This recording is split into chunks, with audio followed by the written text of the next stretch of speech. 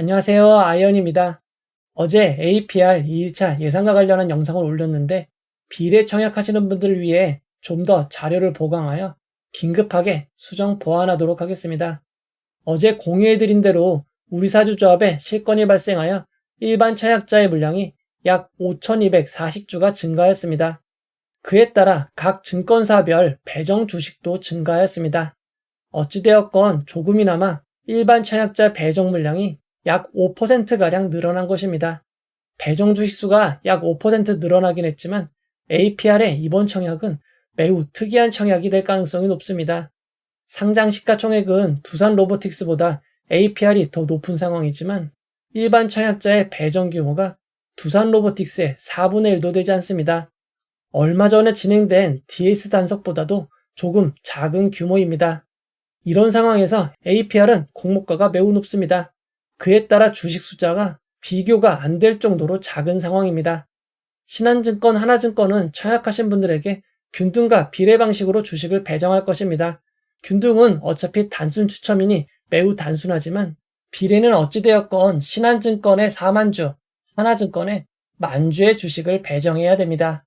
각 증권사는 경쟁률을 떠나 결국 많이 청약한 순으로 효율과 관계없이 일단 주식을 배정할 수밖에 없습니다. 얼마 전에 진행된 DS 단석의 사례를 분석해 보도록 하겠습니다.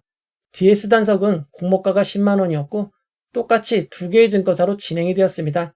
다만 비율은 조금 차이가 납니다. DS 단석의 청약을 진행한 KB증권은 2037.19대 1의 경쟁률로 마감되었습니다. 최소 단위인 10주만 청약하신 분들의 비율은 73.56%입니다. KB증권의 청약에 참여하신 분들을 분석해보면 1억 이하 청약자가 94.39%로 대부분을 차지하는 것을 알 수 있습니다. 1억 이상 청약하신 분들은 25,558명, 2억 이상 청약하신 분들은 18,071명, 3억 이상 청약하신 분들은 12,862명이었습니다. DS 단석 KB증권의 경우 소수점 단위 0.418에서 추첨이 발생하였습니다. 이어서 NH투자증권을 알아보도록 하겠습니다. DS 단석 NH투자증권은 최종 경쟁률 1838.11대 1을 기록하였습니다. 최소 단위인 10주를 청약하신 분들은 전체 청약자의 68.05%였습니다. NH투자증권은 KB증권보다 배정 주식수가 적었고 고객 등급에 따라 많이 청약할 수도 없었기에 2억 이상 청약자의 비율이 적었습니다. 비례 추첨 단위는 0.63이었습니다. DS 단석의 사례를 분석해보면 나눠서 하셨을 수도 있고 자금의 여력이 있음에도 청약 한도가 걸려 청약을 못하신 분들도 있을 수 있습니다. 하지만 단순 합산했을 때 3억 이상 청약자가 14,879명, 2억 이상 청약자는 22,163명, 1억 이상 청약자는 41,911명입니다. 즉, 이전 DS 단석에서 1억 이상 청약하신 분들이 41,911명이고 8천만 원 이상 청약자의 숫자가 53,115명입니다. 어찌되었건 경쟁률을 떠나 일정 금액 이상을 청약하셔야 확률이 높아질 것으로 보입니다. 앞에서 이번 청약에 특이성이 있다고 이야기 드렸습니다. 공모가가 너무 높아 비례 배정을 포기하고 균등으로 신청하는 비율이 더 높아질 것으로 예상되고 있는 상황입니다. 이는 1인당 평균 청약 주식수를 보면 확실히 알 수 있습니다. APR의 1일차 평균 청약 주식수는 37주와 32주입니다. 거의 대부분의 분들이 최소 청약인 10주만 한 것으로 추정해 볼 수 있습니다. 이는 DS 단석 1일차와 비교해도 상당히 낮은 수준임을 알 수 있습니다. 즉 APR의 경우 DS 단석보다 균등 신청 비율이 더 높아질 것으로 추정이 됩니다. 균등 신청 비율이 높아지면 주식이 많이 남는 일이 생기지 않을까요? 이전 DS 단석의 사례를 분석해보면 최소 단위 청약자 수가 73.56%이지만 10주를 청약할 시에는 0.005주밖에 되지 않습니다. 최소 단위 청약자분들이 모두 모여도 1646주밖에 만들어내지 못합니다. 이는 전체 비례 배정 주식의 1.66%밖에 되지 않습니다. NH투자증권도 비슷한 상황입니다. 최소 단위 청약자분들의 주식이 모여도 약 942주밖에 되지 않습니다. 이는 전체 비례 배정 주식수의 1.76%밖에 되지 않습니다.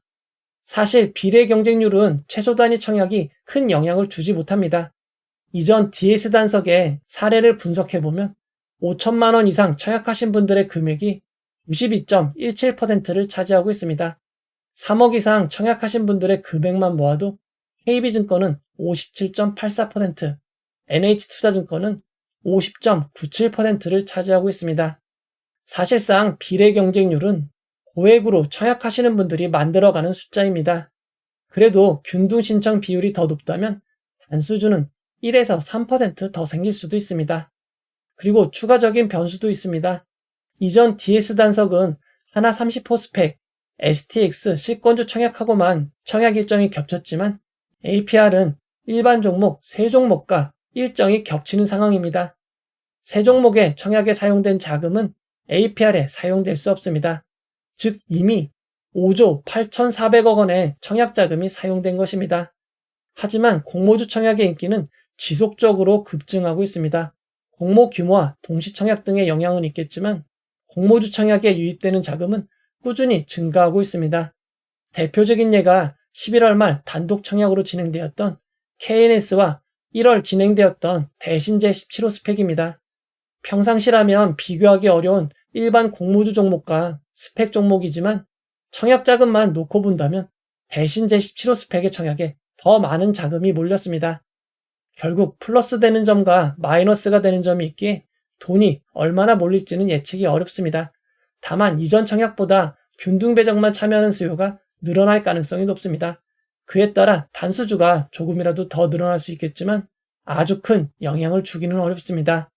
청약 일정 분산에 따라 들어오는 자금의 영향은 있겠지만 최근 급격히 증가하는 청약 인기를 감안할 때 현대임스 이상은 되지 않을까 생각해 봅니다. 이전 DS 단석의 경우에도 비례 경쟁률은 3억 원 이상 청약자분들이 50% 이상을 차지했습니다. 단순히 숫자로만 놓고 봐도 8천만 원 이상 청약자의 숫자가 53,115명이었습니다. APR은 역대급으로 공모가는 높고 주식수가 너무 작은 특이한 청약입니다. 그에 따라 변수가 너무 많습니다.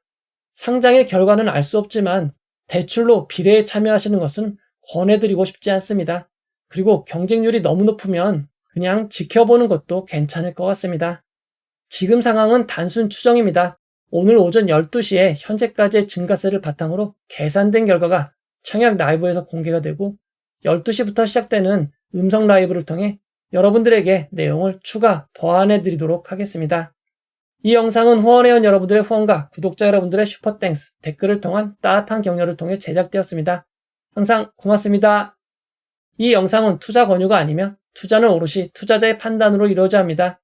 긴 영상 봐주셔서 고맙습니다.